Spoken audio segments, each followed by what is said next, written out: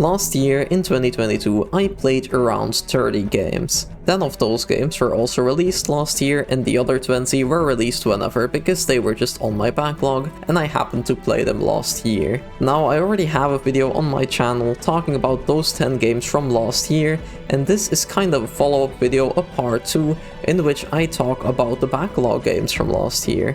So this video is going to be very similar, it's not really scripted, I'm just sitting down and talking about the games that I played this year.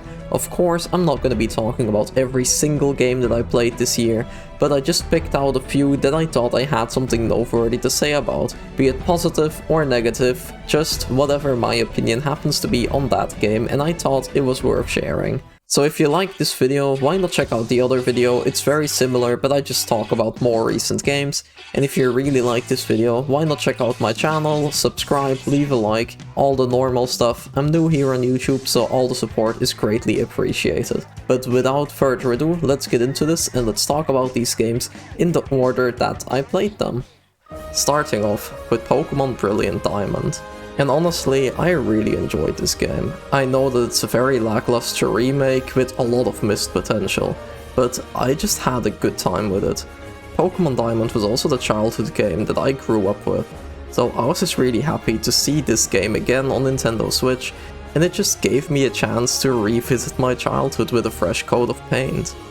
But I can definitely see its problems. I really don't like that they just ignored all the content that Platinum added, and that they even simplified some other stuff and even added stuff like the Forest XP share. Like, they just changed stuff that they shouldn't have changed here. But in general, I didn't mind all of that stuff too much, and this was just what I wanted from it. A classic Pokémon game available on modern platforms. Even though that's not what a lot of people had in mind when they thought about a Gen 4 remake. So yeah, that's basically all I have to say about this. It was a very lackluster remake, but I enjoyed it, and it was basically what I wanted from it. I also don't think the art style is that ugly. Like, it looks a bit silly, yeah, but I don't think it's a big deal. This was just a fun Pokémon game that I really enjoyed. So moving on from Pokémon now, the next game that I'm gonna be talking about is Halo the Master Chief Collection. Now, I know that this is a collection of games and not just one single game, but I'm just gonna be talking about the collection in general, because I played 1, 2, 3 and 4 this year. This was also my introduction to the Halo franchise. I really didn't know anything about it, and I was pleasantly surprised. Starting off with the first game, I had a really good time with it. Yeah, it didn't age the best gameplay wise, but the set pieces and the level design were really good. And while I played the remastered anniversary version, I actually played with the old graphics, because for some reason the atmosphere was so much better here. The remaster had of course higher fidelity models and some better textures, but the lighting I thought was a lot better in the old version of the game.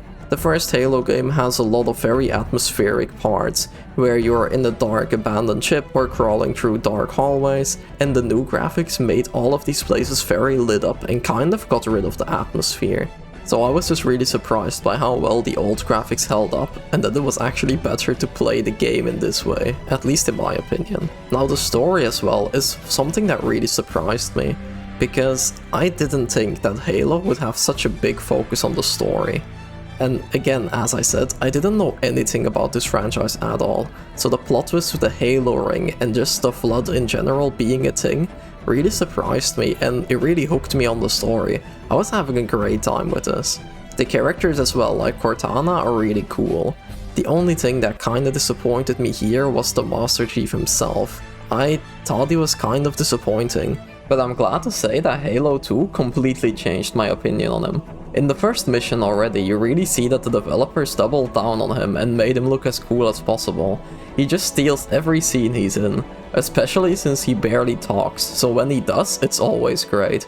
Be it just with a cool one-liner or in those special moments where he lets his emotions shine through. I just really love him as a character, and he's really interesting. Which then also brings me to the story of Halo 2, which is insanely good. It was such a massive step up from the first game. Especially now, since we have 2 playable characters, each with their own storyline that we switch between constantly. I did not expect the Halo franchise to do something like this. I thought that we would just focus on the Master Chief, but here's the Arbiter, a second character who is also really good and has a really great story to himself. Both main stories in this game were incredible and really kept me entertained throughout. There wasn't one that I preferred over the other even. And of course the gameplay was a massive improvement as well, especially with the stuff like dual wielding being added. The second game was so much more fun than the first game, and this game really showed me why Halo is so iconic and why it's the face of Xbox. And of course the third game just continued this trend with the Arbiter, with the Chief, just two great characters on a great story. I love the way that they come together. There are just some great moments here that bring the franchise to a satisfying conclusion. But that brings us to Halo 4, which is really weird, and I was honestly really disappointed in this. After the perfect conclusion of the third game, here's Halo 4, who starts a new story, but the characters don't really feel like themselves anymore, and the game in general just doesn't feel like Halo anymore, in tone or just in general. But of course, it does kind of make sense because they changed development teams, or just entire studios, like it's not made by the same game studio anymore. So I get why it feels different. I just don't really like Halo 4 and this new era of Halo games. Not to say that it's a bad game, but after the trilogy, it was just a massive letdown. The story was really messy and the gameplay was just a downgrade. I don't know why they got rid of some cool features like the dual wielding, for example.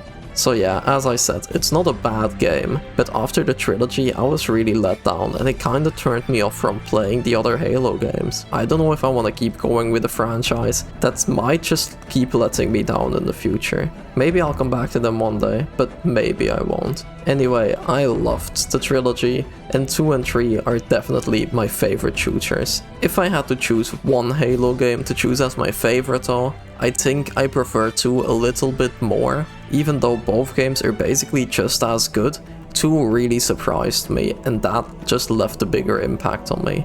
Now, I didn't mention the multiplayer at all because, to be honest, I didn't touch it. I'm not that big into multiplayer shooters. I'm not even that big into shooters in general, so I just played the story, I had a good time with it, and that's where I left the Halo franchise. Now the next game that I'm gonna be talking about is Doki Doki Literature Club Plus.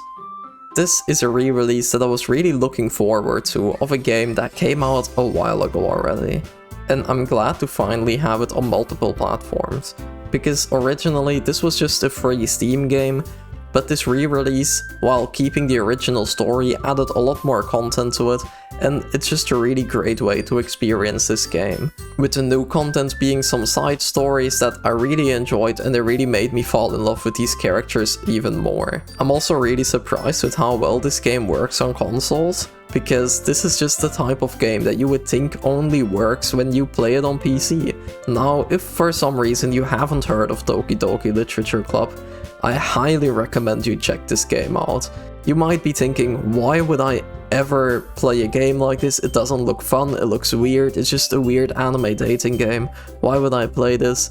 I know, I also thought that originally when I saw it, but please just give it a go. It's already 2023 though, so I highly doubt that someone watching this doesn't know the plot twist already or doesn't know what this game really is about. But just in case, if you don't know, check it out. It's literally free and you can beat it in like 4 hours or something. And if you played the original and you don't know if this re-release is worth getting, I'd say if you like the original, you're gonna love this version of it, so definitely give it a go. But for the people that never played it and that kinda wanna play it now or that are interested in it, be warned that this game is a psychological horror game that deals with some pretty serious stuff. I feel like I should mention that in case people don't know anything about this, but hearing that this is a psychological horror game and then looking at the gameplay that I have in the background, I feel like that should tell you enough about how this game is not what it seems at all. So that's all I'm gonna say about this game, because I don't want to spoil anyone that doesn't know anything about it. But now, next up, Death Stranding, the Director's Cut. This is a game that I didn't expect to love at all, but honestly, it's just incredible. It's like nothing I ever played, and it's just really fun as well. I literally just went into this game because it looked weird and I was kind of intrigued with what was going on here. but I expected to either drop it after a few hours or just finish it because I rarely drop games, and maybe the story would captivate me enough to see it through and just see how it ends. But after I finished this game, I just couldn't get enough from it, and I continued playing it until I platinumed it. And then after doing that, after those 100 hours of playtime, I still miss this game when I put it down. And now, when it's been a while since I've played it, I still think back on it, and it was just such a fun experience. I'm really excited for the sequel as well. It was just a really good game that was fun to play. I know that it looks extremely boring, but it's honestly not. A lot of people are calling it a walking simulator, and while it does look like that, but that's just really surface level, because it doesn't feel like a walking simulator at all. It's so much more, especially with the way the multiplayer is implemented here. Because in this game you feel really lonely, you enter a new area and it's completely dead, there's nothing there. But as you do more deliveries, your world gets connected to the world of other players. You never run into these other players, of course, because it's still a single player game, but you start seeing their items and the worlds are blending together. You can also build highways, which needs a lot of materials, but everyone that has their world connected to your world is also building on this highway, and you're just building this thing together, and when it's done, it helps speeding up everything you do so much. It's a real game changer, and you didn't do it alone. You really are just rebuilding this world. Even if you don't see anyone else, you're doing it with other players, and it helps out everyone, which is just a really cool way of implementing this multiplayer system, and it really fits with the game.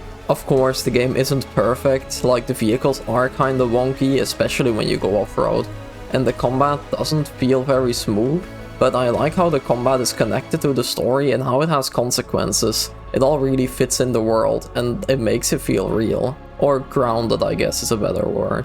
And talking about the story is weird, but it also weirdly makes sense. The writing is of course really weird, and there are some really dumb lines in here, and you kinda don't know what's going on for a really big portion of the game, but slowly all the pieces just fall into place, and it all weirdly clicks, and everything just makes sense. I don't know how, it's just a really special game, and extremely unique. I don't think there's anything like it.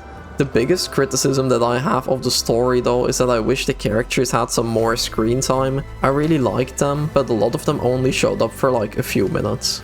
So yeah, that's basically my thoughts on Death Stranding. So if you're someone like me and you just looked at this game and thought this is interesting but I don't think it looks very fun, why not just give it a try? It's pretty cheap nowadays, and maybe you'll be like me and you'll be surprised with how much you liked it.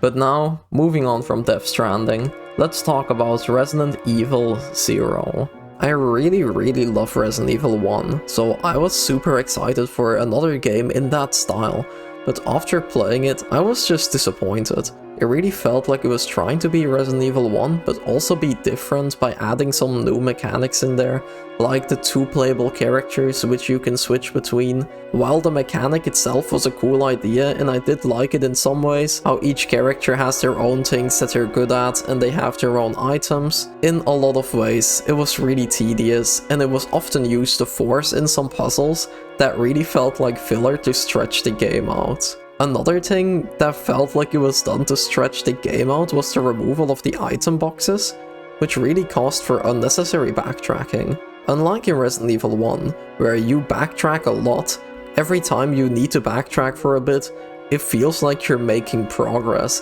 Here it just doesn't. It's very tedious when you need to go get an item on the other side of the facility just because there's no item box here.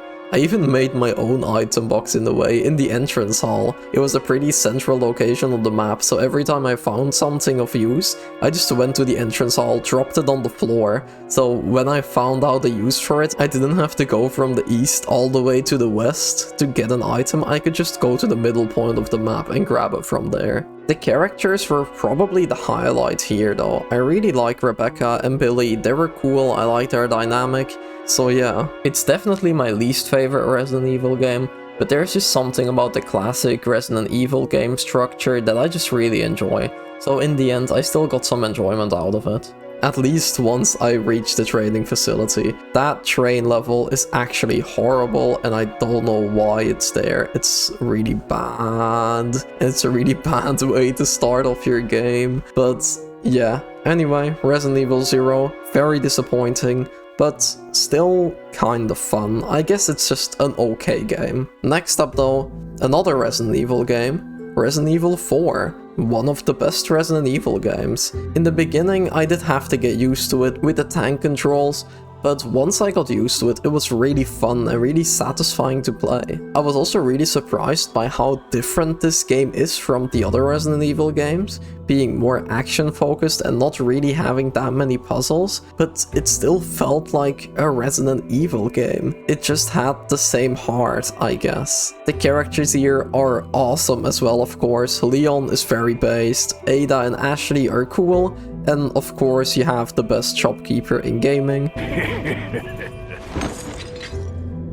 I'm also surprised with how much I liked Ashley. I expected her to be a very annoying mechanic, a very annoying character, since she's just following you around and you need to make sure she stays out of danger. But it wasn't too bad actually, and she never really bothered me. The setting and the locations were also really good, the atmosphere was incredible. It was just a really fun game to play. But while I do really love this game, for me personally it's not my favorite Resident Evil game, just because I prefer the old formula. 4 did a really good job by mixing action shooter gameplay with classic Resident Evil. As I said, it still feels like Resident Evil, which was really nice, because I was kind of afraid that it would feel like I'm playing a different franchise, but it's just with Leon and it has the Resident Evil name. But no, it honestly feels like Resident Evil, which was really good. So yes, Resident Evil 4, great game. Super excited for Resident Evil 4 remake, and I really hope that they keep the Ashley screams exactly the same. Leon! The next game on the list is a game that I don't have too much to say about. It's Life is Strange True Colors. I don't have a lot to say about it because it's a Life is Strange game. If you go into this, you basically know what to expect, but for me, honestly, this was the best one. It was just a really good story that it told, because that's what Life is Strange is. It's story-based games with a lot of characters that you really get to know, and there are superpowers involved. Now, the superpowers in this game aren't very flashy, but they work perfectly and they just do what they have to do. You just read and feel other people's emotions, which really helps you connect to the characters and this world. And that's why you play these games, for the story, for the characters, and for the connection that you can make here. I was honestly surprised with how much I liked this game, because I really liked Life is Strange 1, I really liked Before the Storm, but I really hated the second game. I couldn't get into it, I didn't like the characters, I thought they were really annoying. I didn't even finish it, I'm pretty sure I dropped it, either at the end of chapter 1 or in the beginning of chapter 2. I just really did not like to, but this game, Life is Strange True Colors, is incredible, and I really hope that this is the direction that the franchise keeps going in from now on if they do make more games. So if anyone's listening and they had similar experiences with Life is Strange 1 and 2 and they're not sure whether or not they should play this game, I would say check it out, because it's honestly the best the franchise has ever been. The next game that I'm gonna be talking about is very different from anything else on this list. It's called Everhood, and I wanna mention it because it's such a unique game and I feel like not enough people know about this. I didn't even know it existed before I randomly got it gifted to me, and I'm really glad that I did, because it's a super cool indie game. It's extremely unique, there's literally nothing like it. It's kind of like an Undertale style game where you walk around in this world, you have NPCs to talk to, you have a story to follow, and you have combat. But in this game, the combat is a rhythm game, and it's a super simple combat system, but every single battle changes this up in a way that makes every battle feel fresh and unique. The story was also pretty good and interesting, the characters were super charming, and because it's a rhythm game, of course the music is incredible, the OST is really good.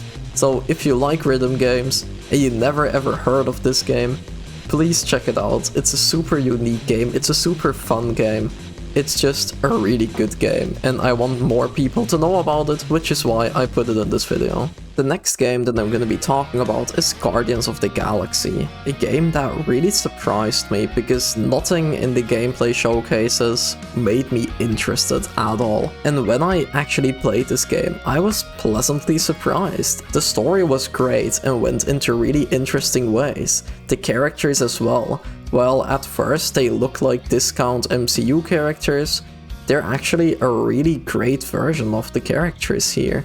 We all know and love the Guardians, and this game just has a great portrayal of them. All of them have interesting twists. I love that we got to see more of Peter's backstory. Just everything here was really good. The story and characters really felt like they had a lot of love put into them. The combat as well was really fun to fly around the battlefield as Star-Lord while commanding the different Guardians to do their own special attacks. It was also just a really fun linear experience that kind of felt like I was back in the good old days of gaming. You don't see games like this enough these days, especially since most games nowadays just want to be as big as possible. They want to be hundreds of hours long, have a massive world, they have a lot of microtransactions so they can get as much money out of you as possible. And then you just have this game, which is a great single linear experience, and I just want more of it. If they make a second game, I'll be there day one. The next game that I'm gonna be talking about is Deathloop, and I don't like Deathloop.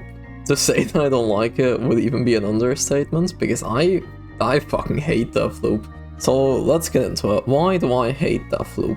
This game is supposed to be one of those sandbox assassination games like Hitman or Dishonored, in which you have a lot of freedom, and usually there are also like a million ways to kill each target depending on which items you find or which way you just think is more fun. The twist in Deathloop is that you're stuck on an island and that island is in a time loop, and you play as some guy that doesn't have a memory. He wants to get off the island, and to do that he has to break the loop.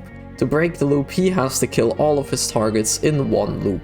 Fun fact, this game is also made by the same devs as Dishonored, which is one of my favorites, if not my favorite sandbox assassination game. So that would sound amazing, right? But no, it's fucking shit. To start off, this game just isn't a sandbox assassination game at all. There is no freedom and there's only one way to do stuff.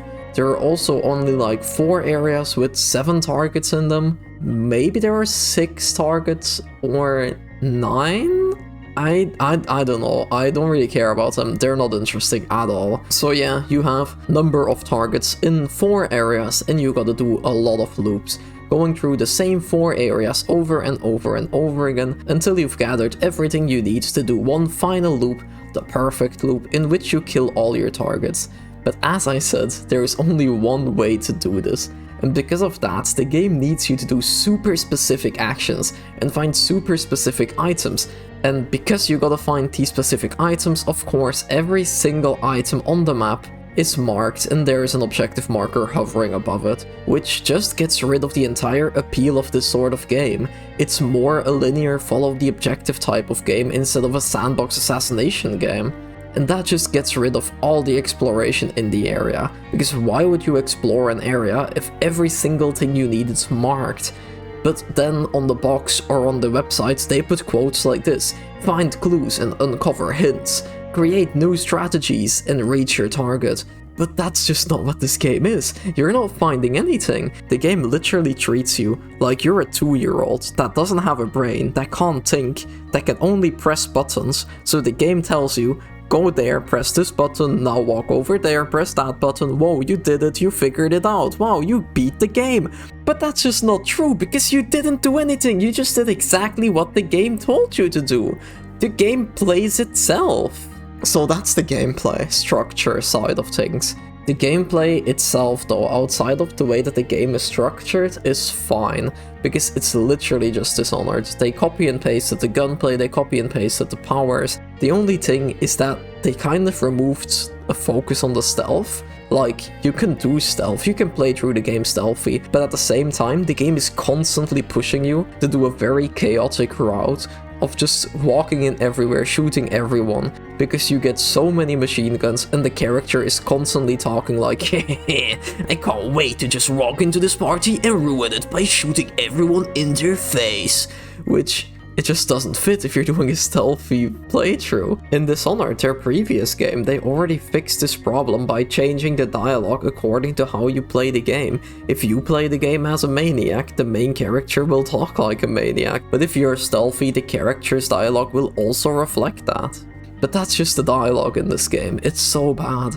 It's all just quips and the characters are trying to be so cool. I could not stand any of them. So yeah, this game was just a massive letdown to me. But I do kind of understand why it got so many 10 out of 10s. Because of course, game journalists gave it a 10 out of 10. And game journalists love games that hold your hand and you don't even need to think for yourself. Moving on though. As I mentioned in my other video from the new games of 2022, I played Splatoon 2 this year and it was really fun. I didn't really play a lot of the multiplayer though, I just played a few games because Splatoon 3 is out, so if I want to play a Splatoon online match, I'll just play 3. But the story content here was just fun. There were really fun levels, cool platforming levels, very fun challenge levels, the boss fights were pretty fun as well. The only annoying thing really is that the game sometimes forces guns on you, like you can only play this level with this gun, and sometimes I just didn't like a specific gun, so it was kind of annoying that I had to use it there. But you know, I liked it was just fun, goofy, silly little game. Another thing that did kinda confuse me is the fact that the Splatoon 2 idols, Marina and Pearl, aren't in the main story. I really like them from their news broadcast, but I would have liked to see more of them. Instead, we just got another story with the idols from Splatoon 1. I'm not saying that I dislike Callie and Marie, I love them, and I really like that they're here, but why only focus on them and not even include the Splatoon 2 idols?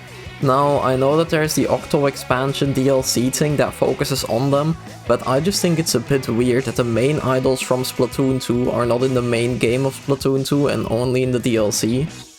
I just think it's a bit of a dumb decision, but it's not a big deal in the end. The story is still fun and I'll definitely play the DLC at some point this year. The last game that I'm gonna be talking about in this video is Xenoblade Chronicles Definitive Edition. For this game, I had super high expectations. Everyone is talking like this game is the best game ever made, and I honestly just don't see it.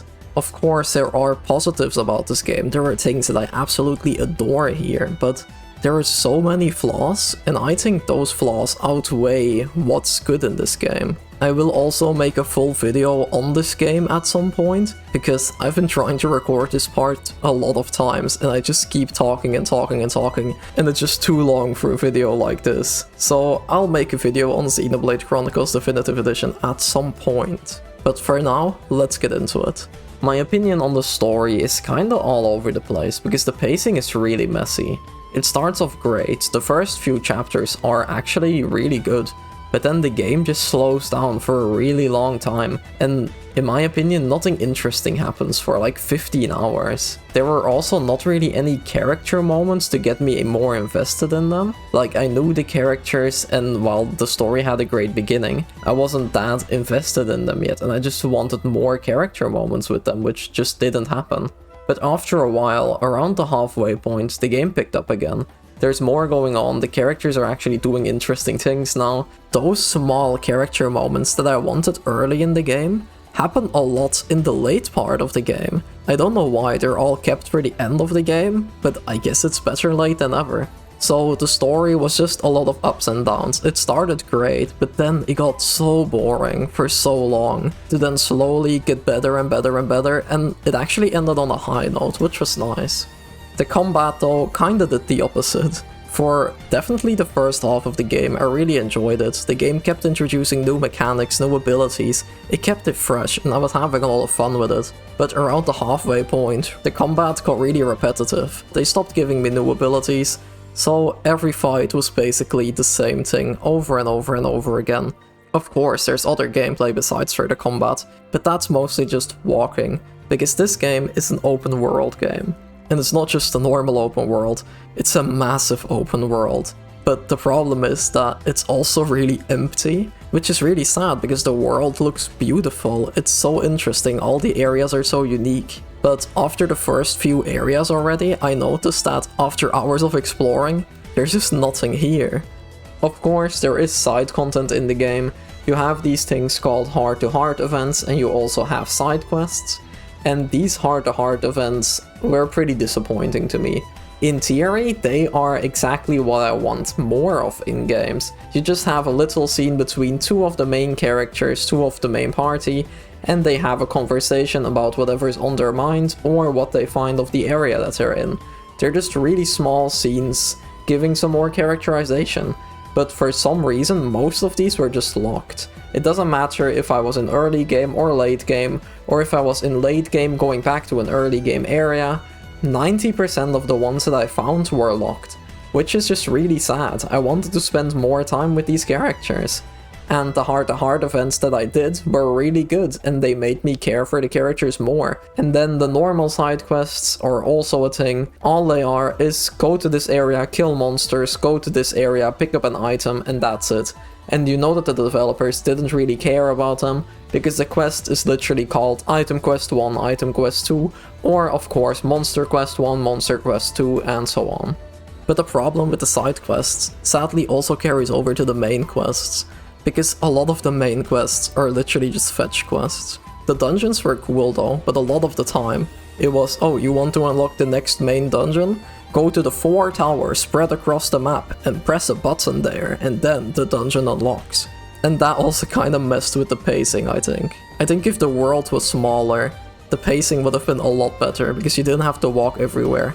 But that's just my thoughts, and that basically wraps up the main game of Xenoblade. Now, I did also play the DLC, which honestly fixed a lot of my problems, so I really want to mention it. The DLC, just quick overview, had more accessible heart-to-hearts, and a lot more character moments. The story was also a lot smaller scale, and it was just short and sweet. It probably also helped that the DLC was focused on Shulk and Melia, literally my 2 favorite characters, so having more time with them, giving them more character moments, more character development, it made me like the DLC a lot. The side quests were also improved here, and the areas, while still being big, weren't as empty. So the DLC really gave me a lot of hope for the future. So yeah, I'm gonna make a big video on Xenoblade at some point. I'm also definitely playing the 2nd and 3rd game, hopefully this year, and then I'll probably make a video on those as well. But for now, I would just say Xenoblade is a fine game. It does some things really well, but it also does some things really, really badly. And I'm very mixed on it. But with that, we reach the end of the video. I hope you all enjoyed watching it. I really enjoyed making it. But again, if you liked this video, why not leave a like or check out my channel? Any support you guys can give me is greatly appreciated. I also have a Twitter account, which I'll leave linked in the description. But with that, I don't want to take away more of your time, so I hope you guys had a good time, and hopefully I'll see you again soon.